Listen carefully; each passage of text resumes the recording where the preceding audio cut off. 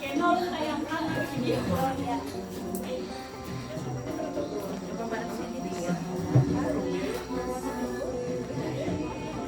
Ada sudah kameramen.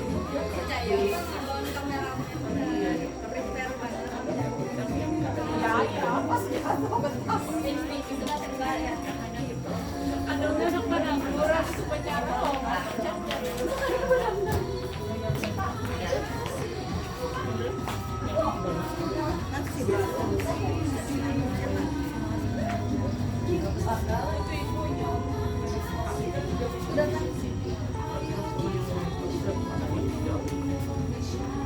video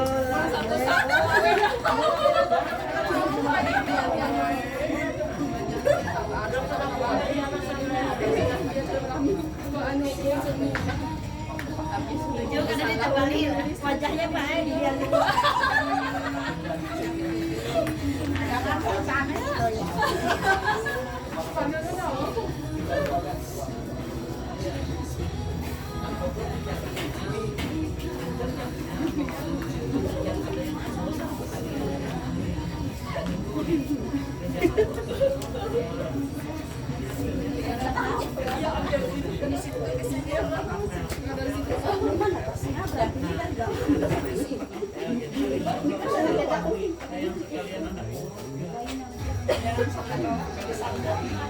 dia sebenarnya kemarin aku kasih dia yang beli dari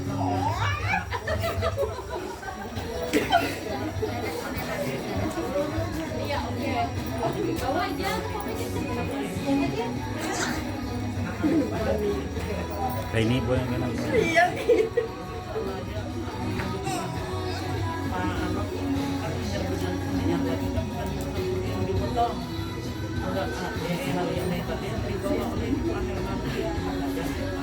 habis rambut kelinci tangkap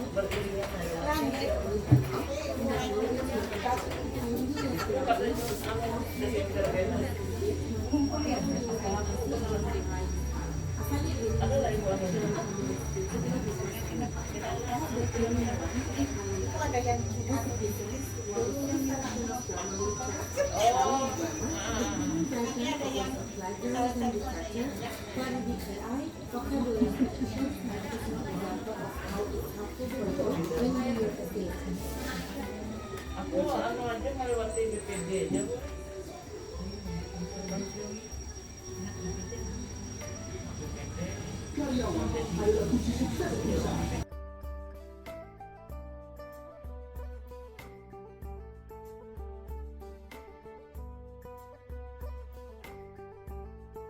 Ya, selamat pagi. Pagi semangat. Ya, tepuk tangan untuk kita semua.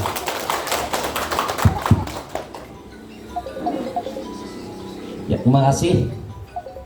Yang saya hormati pengawas jenjang SLTA yang hadir langsung beliau Ibu Hajah Nur Hasanah. Yang kami hormati pengajar praktek bagi calon guru penggerak angkatan 8 Ibu Wahidah. Yang kami hormati yang mewakili Kepala Bidang P3NF, dan yang saya mungkin banggakan 4 orang ya, yang saat ini tengah mengikuti di program calon guru penggerak. Yang pertama Pak Muhammad Irawan ya. Kedua Ibu Yuyun Hardiati ya. Yang ketiga Ibu Rahmiati ya. Dan yang keempat Pak Saifullah SPD ya. Dan yang saya hormati ya Bapak Ibu yang hadir mengikuti kegiatan ini. Yang saya lihat ini adalah pengajar yang ada di SLB ya, Negeri Muara Teweh ini. Pertama-tama marilah kita memanjatkan puji syukur kehadirat Allah Subhanahu wa Ta'ala, Tuhan yang Maha Esa, yang atas lipat rahmat dan hidayahnya jualah. Walaupun ya mohon maaf dengan sangat saya ya, walaupun sedikit mungkin terlambat dari yang dijadwalkan, tapi alhamdulillah kita masih bisa dipertemukan, dikumpulkan dalam keadaan sehat walafiat. Jadi saya pada kesempatan ini ya, sampaikan dengan Ibu Wahidah dan 4 yang ikut dalam program calon guru penggerak ini, dan terkhusus Ibu Melaksana, kami mohon maaf karena keterlambatan saya Bu dari jadwal yang sudah disampaikan dan kami sudah sepakati, karena pas kebetulan juga ada tugas lain yang saya anggap juga sama mungkin pentingnya, itu ya untuk bisa mengkoordinir dulu mungkin beberapa kegiatan yang ada di rumah jabatan Bupati Barito Utara. Dan juga sekaligus saya juga menyampaikan mungkin kembali undangan beliau bagi kita kalangan guru dan tenaga kependidikan yang ada bisa berkenan hadir di dalam acara tasakuran dan syukuran ya, yang saat ini sampai nanti sore pukul 4 ya, itu dilaksanakan dalam rangka memenuhi mungkin hajat dikarenakan kesembuhan beliau. Nah, jadi kami nanti selepas daripada ini silahkan Bapak Ibu ya bisa membagi waktu untuk bisa hadir mungkin ke sana. Dan saya pun sebetulnya ya masih diminta ya untuk mengkoordinir beberapa kegiatan di sana. Tapi tadi saya sudah sampaikan dengan Ibu Haida, jalan saja dulu, tapi saya usahakan untuk hadir. Nah, tadi saya sempatkan hadir ke sini, tapi tidak bisa juga langsung hadir, datang ke sini, mampir dulu di dinas tadi. Dia rupanya cukup banyak dokumen yang harus ditandatangani. Karena kan nanti malam saya juga harus berangkat ya, ke Sampit. Karena kan dalam kegiatan Pekan Olahraga Provinsi ke-12 di Sampit, saya juga ditunjuk oleh pimpinan selaku ketua kontingen kabupaten. Nah, jadi membagi waktu itu yang sekali lagi saya mohon dengan sangat kawan-kawan yang ada di sini bisa memaklumi atas keterlambatan yang ada.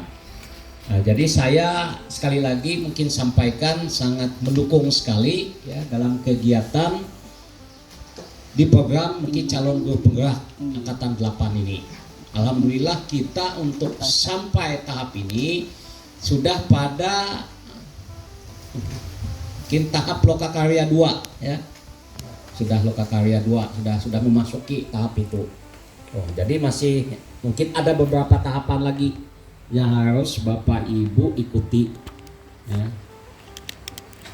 Tapi saya lihat seiring dengan perjalanan waktu yang dulu mungkin di awal dinilai cukup panjang, tapi alhamdulillah ya saat ini tidak terasa tinggal 4 bulan lagi ya Bapak Ibu ini untuk menyelesaikannya ya. Saya paham ya banyak sekali tugas-tugas, banyak sekali beban ya, banyak sekali PR yang harus kalian laksanakan. Tapi saya melihat ya untuk keempat calon guru penggerak yang saat ini melaksanakan ya, kegiatan mungkin sosialisasi ya, ini sekaligus menerapkan dari pengajar praktek yang ada. Semangat sekali saya lihat ya. Begitu juga dengan ibu pengawas kita yang sangat setia mendampingi. Nah, jadi ini yang saya minta juga menjadi motivasi ya sebelum saya masuk ke materi yang ada bagi rekan-rekan kita yang masih belum mungkin tergelitik atau tergetuk hatinya untuk ikut dalam program calon guru penggerak khususnya angkatan ke-10. Karena kalau saya melihat dari waktu masih memungkinkan bagi ibu-ibu ya, bapak-bapak membuka di SIM PKB-nya masing-masing untuk bisa mendaftarkan diri untuk mungkin ikut dalam program calon guru penggerak yang angkatan ke-10. Nah, karena ini sangat penting ya Bapak Ibu sekalian. Nah, jadi sebelum saya masuk ke sini, saya hanya sampaikan lagi yang ada di depan kita dalam berbagai kesempatan untuk jenjang SLTA, pengawas SLTA, pas kebetulan untuk SKB, maksudnya SLB Ikan Muara Tewe ini di bawah mungkin pembinaan dari distrik provinsi ya. Nah, jadi kita mungkin tahu bahwa yang untuk pengawas jenjang SLTA itu hanya menyisakan 3 saja saat ini. 2. Oh iya betul Pak Saprudin meninggal ya beberapa hari yang lalu. Jadi yang tinggal ya, moga-moga beliau diberikan panjang umur, sehat ya, Ibu Nur Hasanah dengan Pak Rusdi saja. Tapi Ibu Nur Hasanah sudah jauh-jauh hari sebelumnya mengingatkan saya itu. Saya 2024 sudah mungkin pernah tugas Pak. Berarti ini PR juga bagi kita semua itu. Bagaimana kita yang mengupayakan ada yang nanti bisa ditugaskan untuk mengganti beliau-beliau ini gitu. Kalau tidak akan terjadi kekosongan pengawas. Sehingga sekolah-sekolah yang ada di tempat kita ini sulit untuk ada yang mendampingi. Padahal mereka inilah mitra daripada mungkin kepala sekolah ya, termasuk mitra dari sekolah luar biasa ya yang ada di Kota Muara Tewe ini. Apabila ada kendala, keluhan atau permasalahan, ya tempat mereka untuk mungkin memintakan masukan, diskusi, ya Bapak dan Ibu pengawas itu semestinya gitu ya. Nah, binaan Ibu juga, binaan Ibu Nurasana, tantangan ya Ibu ya. Nah, itu. Makanya saya bayangkan ini cukup berkembang pesat LB ini ya, di bawah binaan beliau. Nah, jadi saya tidak ingin nanti kalau beliau ini pernah tugas 2024 ya, tidak ada mitra dari kepala sekolahnya, sehingga yang sudah baik ini malah menurun grafiknya. Nah, itu walaupun saya tahu kalau ini yang disampaikan ke rekan-rekan semua hanya sedikit yang mau dalam program calon guru penggerak ini. Kalau sudah kata-kata ingin jadi kepala sekolah, ingin jadi pengawas, banyak yang saya lihat memilih tidak ingin gitu ya. Nah,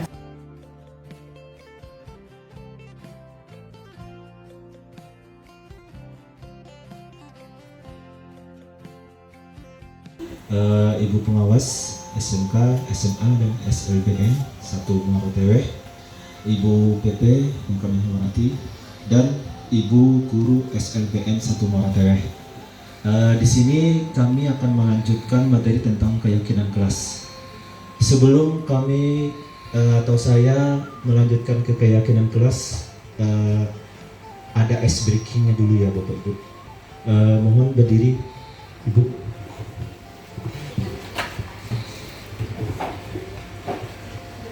Kalau saya katakan selamat pagi, tepuknya sekali ya Bapak Ibu.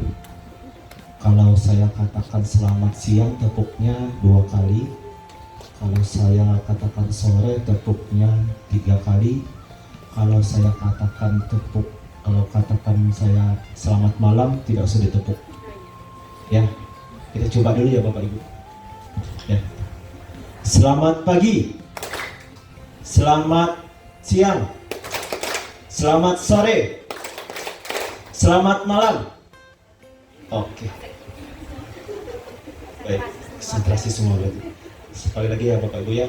Selamat pagi, selamat siang, selamat sore, selamat malam. Oke, terima kasih. Kita silakan duduk kembali Bapak Ibu. Tujuannya kenapa Bapak Ibu? Saya ingin melihat konsentrasi Bapak Ibu dengan materi keyakinan kelas ini. Di sini tentang keyakinan kelas ya Bapak Ibu. Di sekolah kita sering dikatakan aturan ya Bapak Ibu. Ya. Nah, di sini yang kita sampaikan adalah keyakinan. Apa sih menurut Bapak Ibu keyakinan atau aturan itu ada nggak perbedaan sobat? Menurut Bapak Ibu, aturan dan keyakinan. Selama ini kan kita di sekolah selalu menerapkan aturan Bapak Ibu. Tetapi di sini yang kita jelaskan yaitu adalah keyakinan kelas. Ada yang ingin menjawab? Ya, silakan Bu. Apa itu peraturan Bu? Ya, silakan. Saya Sumiati, saya guru PAI dari SLB 1 Mangkewe. Menurut saya keyakinan dan aturan jelas berbeda ya. Kalau keyakinan itu datang dari diri kita, dari dalam diri kita sendiri. Tapi kalau aturan itu dibuat oleh suatu misalnya sekolah atau kantor itu yang harus dipatuhi oleh kita ya. Kalau keyakinan hal yang muncul memang dari dalam diri kita sendiri. Itu saja. Terima kasih, tepuk tangan untuk Ibu. Baik, sangat bagus sekali ya apa yang menjadi jawaban Ibu tadi tentang perbedaan dari aturan dengan keyakinan. Ternyata Bapak Ibu, dalam kita di sekolah aturan itu kita akan gantikan nanti akan menjadi keyakinan kelas. Karena kenapa? Aturan itu nanti kan kita sendiri yang membuat. Tetapi dalam keyakinan kelas ini ada sebuah musyawarah kita dengan peserta didik. Ada seperti diskusi kita kepada peserta didik untuk menerapkan keyakinan kelas, di mana nanti sebuah keyakinan kelas tersebut tujuannya untuk supaya sekolah tersebut disiplin positif. Nah, baik Bapak, lanjut Pak. Profil saya adalah di sini saya bekerja di SDN Negeri 2 Muara Inu. Nama saya Saifullah. Lanjut Pak. Nah, mengapa keyakinan kelas? Mengapa tidak peraturan kelas? Lanjut Pak. Nah, di sini yang sudah disampaikan Ibu tadi tentang peraturan kelas dan keyakinan kelas. Ternyata peraturan adalah tatanan atau alat untuk mengatur perilaku yang diharapkan terjadi pada murid menjadi lebih baik. Sedangkan keyakinan adalah kepercayaan dan sebagainya yang sungguh-sungguh, kepastian, ketentuan. Definisi dari keduanya itu memiliki perbedaan dari pembuatnya. Bila peraturan, maka hal tersebut berasal dari luar individu. Misalkan peraturan memerintah, maka yang menentukan adalah pemerintah. Demikian juga peraturan di sekolah, maka yang menentukan adalah sekolah tersebut. Sedangkan keyakinan itu mengacu dari dalam diri individu tersebut. Kepercayaan apa yang sungguh-sungguh dipegang, nilai-nilai yang diyakini. Yang sudah disampaikan Ibu tadi sudah mewakili ya tentang peraturan dan keyakinan. Lanjut Pak. Silakan Pak, lanjut Pak. Ini tentang pengertian keyakinan kelas. Nilai-nilai universal yang diyakini bersama dalam diri dan tanpa paksaan. Nah, ini nanti adalah yang kita wujudkan dalam kelas, yaitu keyakinan kelas tanpa ada paksaan Bapak Ibu. Lanjut Pak. Keyakinan kelas diterapkan sebagai salah satu cara dalam membangun budaya positif. Keyakinan kelas harus berpihak pada murid dan dirumuskan bersama murid untuk membangun kemandirian mereka. Guru hanya sebagai fasilitator dalam hal ini. Keyakinan kelas itu dibuat secara universal yang mencakup berbagai aspek kesepakatan atau aturan yang sudah berlaku dalam kelas tersebut. Budaya positif sekolah disusun secara terstruktur dan sistematis. Dengan melibatkan seluruh stakeholder sekolah, budaya positif sekolah ini dibuat untuk meningkatkan karakter sumber daya manusia yang ada di sekolah tersebut. Next. Keyakinan kelas yang dibuat hendaknya benar-benar bersumber dari kebutuhan siswa dalam membentuk budaya positif. Nanti kita seandainya mau menerapkan keyakinan kelas harus berdasarkan apa yang disampaikan oleh murid tersebut, Bapak Ibu. Terus menggali segala hal potensi positif untuk jadikan landasan keyakinan kelas dan benar-benar dengan sadar diyakini bersama. Kalimat yang digunakan juga berupa kalimat universal dan positif yang bisa mudah diingat oleh para siswa. Nanti kalimat yang kita terapkan dalam keyakinan kelas ini adalah kalimat-kalimat yang positif, Bapak Ibu ya. Tidak menggunakan kata jangan, tidak menggunakan kata tidak. Jadi kalimat yang kita terapkan nanti dalam keyakinan kelas itu adalah kalimat-kalimat yang positif. Lanjut, Pak. Adapun tujuan keyakinan kelas, Bapak Ibu ya, yaitu menumbuhkan ketertiban murid dalam membentuk keyakinan kelas untuk mencapai kelas impian bersama guna pembelajaran yang efektif. Berikutnya mewujudkan merdeka belajar berpihak pada murid. Berikutnya menciptakan komunikasi segala arah antara guru dan murid-murid. Terus tujuan yang terakhir yaitu membiasakan budaya disiplin positif. Itu yang akan menjadi tujuan apabila kita menerapkan keyakinan di kelas. Lanjut, Pak.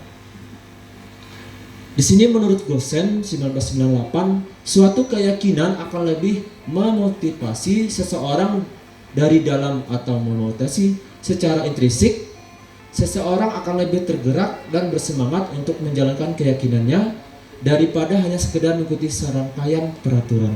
Nah, ini adalah sebuah buah keyakinan ya Bapak Ibu, karena keyakinan ini juga akan memunculkan sebuah motivasi pada peserta didik atau murid. Lanjut, Pak. Bagaimana kita menerapkan atau membutuhkan keyakinan kelas di sekolah? Yang pertama, keyakinan kelas bersifat lebih abstrak daripada peraturan yang lebih rinci dan konkret. Keyakinan kelas itu berupa pernyataan-pernyataan universal atau menyeluruh. Pernyataan keyakinan kelas senantiasa dibuat dalam bentuk positif. Keyakinan kelas hendaknya tidak terlalu banyak sehingga mudah diingat dan dipahami oleh warga kelas itu. Terus keyakinan kelas sebaiknya sesuatu yang dapat diterapkan di lingkungan tersebut. Semua warga kelas hendaknya ikut berkontribusi dan pembuatan keyakinan kelas lewat kegiatan curah pendapat. Berikutnya, bersedia meninjau kembali keyakinan kelas dari waktu ke waktu. Ini yang akan nanti apabila Bapak Ibu untuk membuat atau membentuk sebuah keyakinan di kelas. Lanjut, Pak. Prosedurnya yang akan dilakukan adalah mempersilahkan murid di kelas untuk mencurah pendapat tentang peraturan yang disepakati. Nanti kita diskusinya dengan murid-murid, sampaikan apa yang mau mereka inginkan dalam kelas tersebut. Misalkan dalam kelas tidak boleh ribut, mereka sendiri yang menyampaikan hal-hal ini untuk keyakinan kelas tersebut. Kita cuma hanya sebagai fasilitatornya saja. Karena kenapa? Karena mereka yang akan menerapkan keyakinan tersebut. Terus meminta murid menuliskan apa yang mereka pikirkan dan inginkan tentang keyakinan. Nah, ini tadi yang saya maksud adalah mereka apa yang di benak mereka, apa yang diinginkan oleh mereka itu munculnya di dalam keyakinan kelas nanti. Terus mencatat semua masukan-masukan para murid di papan tulis dan di kertas besar. Misalkan di papan tulis boleh, di poster boleh, untuk menerapkan di sebuah keyakinan kelas. Terus siswa dan guru mengelompokkan peraturan kelas yang sejenis, mengubah peraturan dari kalimat positif. Nah, di kelas kan sudah ada peraturan-peraturan, Bu. Jadi itu nanti bisa dirubah sebagai keyakinan kelas. Ya, lanjut, Pak.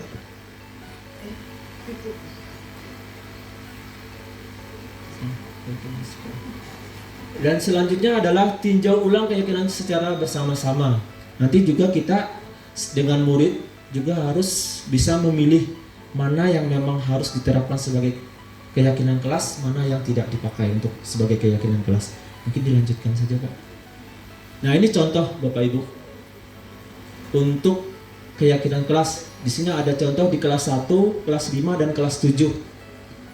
Di sini setiap apabila di kelas 1 contohnya adalah setiap anggota kelas perlu belajar. Setiap anggota kelas perlu senang.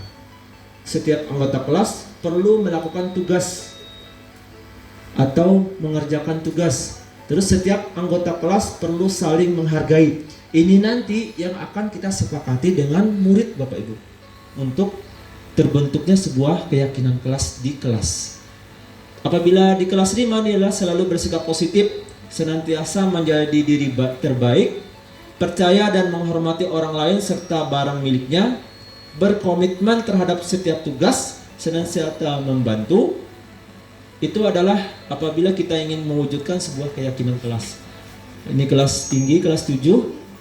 Hormat, kami meyakini bahwa sangat penting untuk menghormati semua orang dan barang milik orang lain. Terus bekerja, kami meyakini bahwa sangat penting untuk mengerjakan segala pekerjaan atau mengikuti kegiatan yang telah ditugaskan. Diterima dan dimiliki di sini adalah kami meyakini bahwa sangat penting untuk merasa diterima pada suatu kelompok dan saling peduli satu dengan yang lainnya. Ini adalah contoh apabila ibu-ibu ingin menerapkan keyakinan kelas. Ya, karena ini adalah kesepakatan antara ibu guru dengan muridnya. Oke, lanjut Pak. Ini lanjut aja Pak, langsung. Pak. Nah, di sini nanti adalah ketika kita ingin mewujudkan keyakinan kelas, kita juga di sini akan menerapkan kegiatan tugas saya, tugas kamu. Nah, di sini nanti tugas saya itu adalah tugas kita sebagai guru, tugas kamu itu adalah tugas sebagai murid.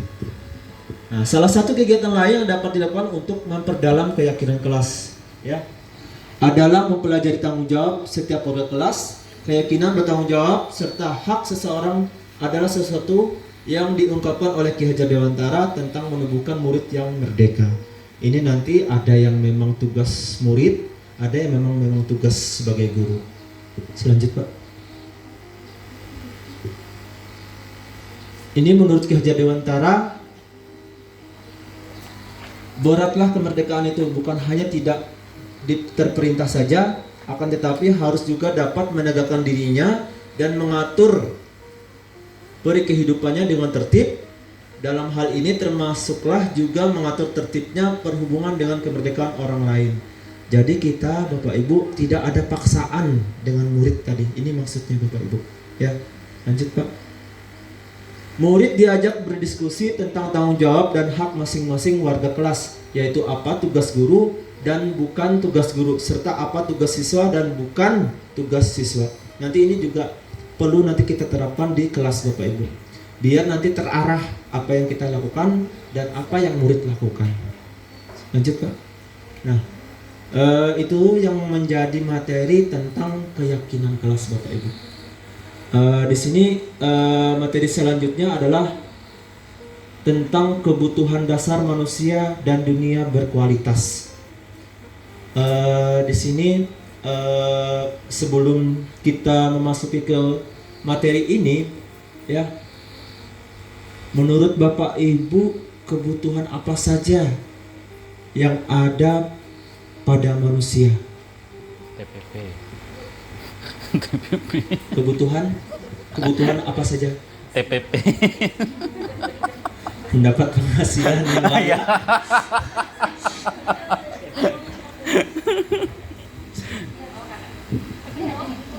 Sebagai apa Bu? Supaya nih yang namanya kebutuhan dasar manusia. Sandang, pangan berarti oke. Makan ya. Kebutuhannya kita harus makan, betul.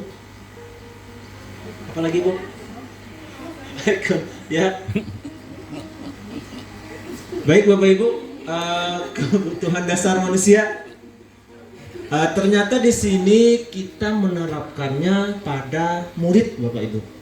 Ya, kita melihatnya di kebutuhan dasar manusia tapi terhadap murid. Lanjut Pak.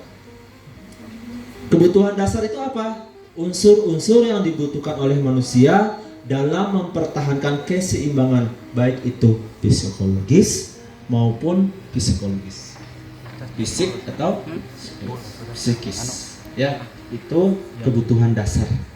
Lanjut Pak. Ada 5 Bapak Ibu kebutuhan dasar manusia. Yang pertama tadi kebutuhan bertahan hidup. kebutuhan bertahan hidup. Terus yang kedua, kebutuhan kasih sayang dan rasa diterima. Oh iya. Kebutuhan pengakuan atas kemampuan. Kebutuhan akan kebebasan. Dan yang terakhir, kebutuhan akan kesenangan. Ini yang menjadi 5 kebutuhan dasar pada manusia apabila kita ingin menerapkan di sekolah kita, ingin menjadi budaya yang positif, Bapak Ibu. Lanjut Pak, kita jelaskan satu persatu. Dalam kebutuhan bertahan hidup, nah ini tadi, pasti kita memerlukan makan, jalan-jalan, apa itu Bu? Rumah, pakaian, habis itu menenangkan pikiran di situ. Ya, berarti kebutuhan bertahan hidup itu berkaitan dengan sifatnya apa Bu? Psikologis. Di antaranya makan, tempat untuk berlindung, beristirahat, keamanan, kesehatan dan lain-lain. Komponen psikologisnya adalah merasa aman Bapak Ibu. Apabila terpenuhinya kebutuhan bertahan hidup ini adalah kita ingin merasa aman.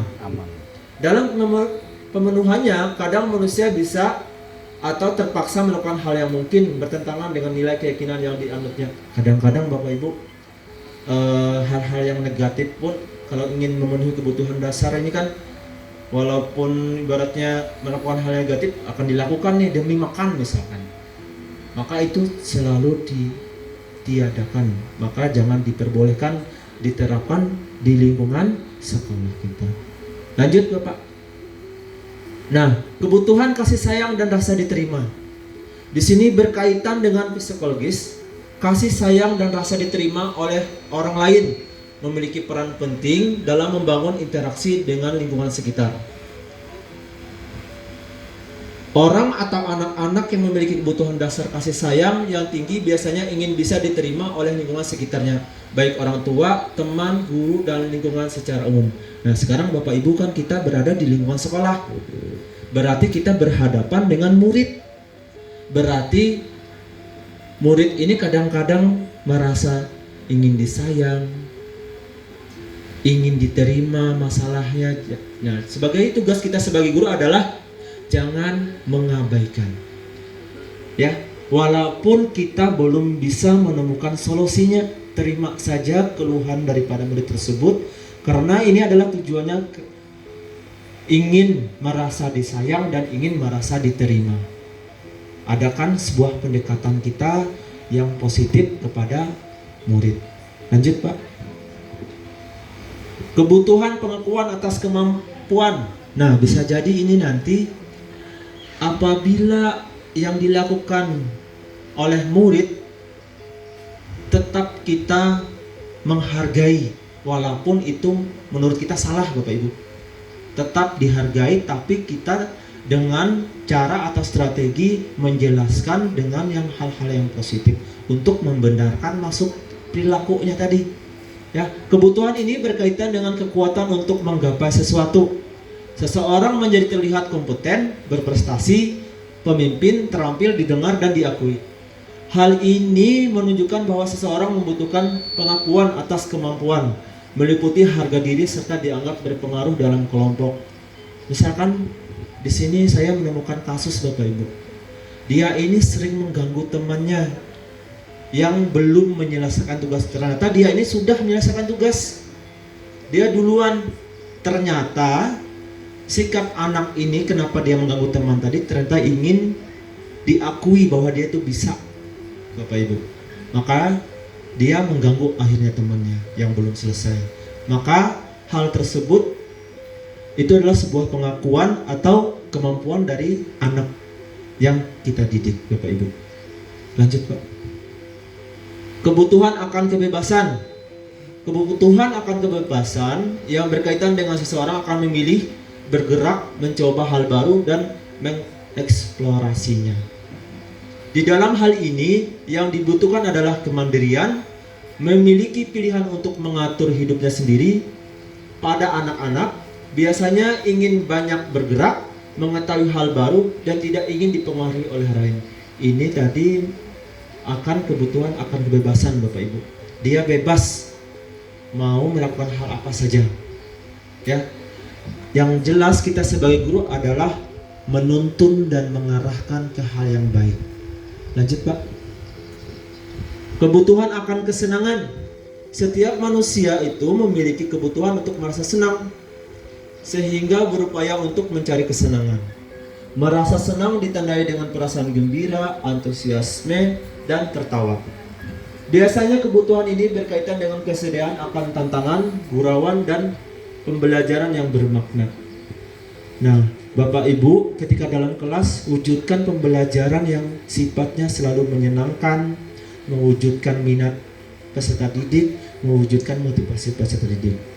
Ya, apabila kita sebagai guru, strategi yang kita laksanakan itu harus bervariasi, metode yang digunakan, terus media yang digunakan juga harus yang menarik, supaya memunculkan kesenangan pada murid tersebut, sehingga dia berminat dan termotivasi untuk belajar.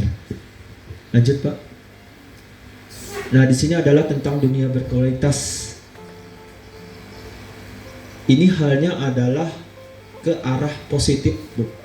Karena kita ke sekolah, dunia berkualitas adalah tempat khusus dalam pikiran, tempat menyimpan gambaran representasi dari semua yang diinginkan.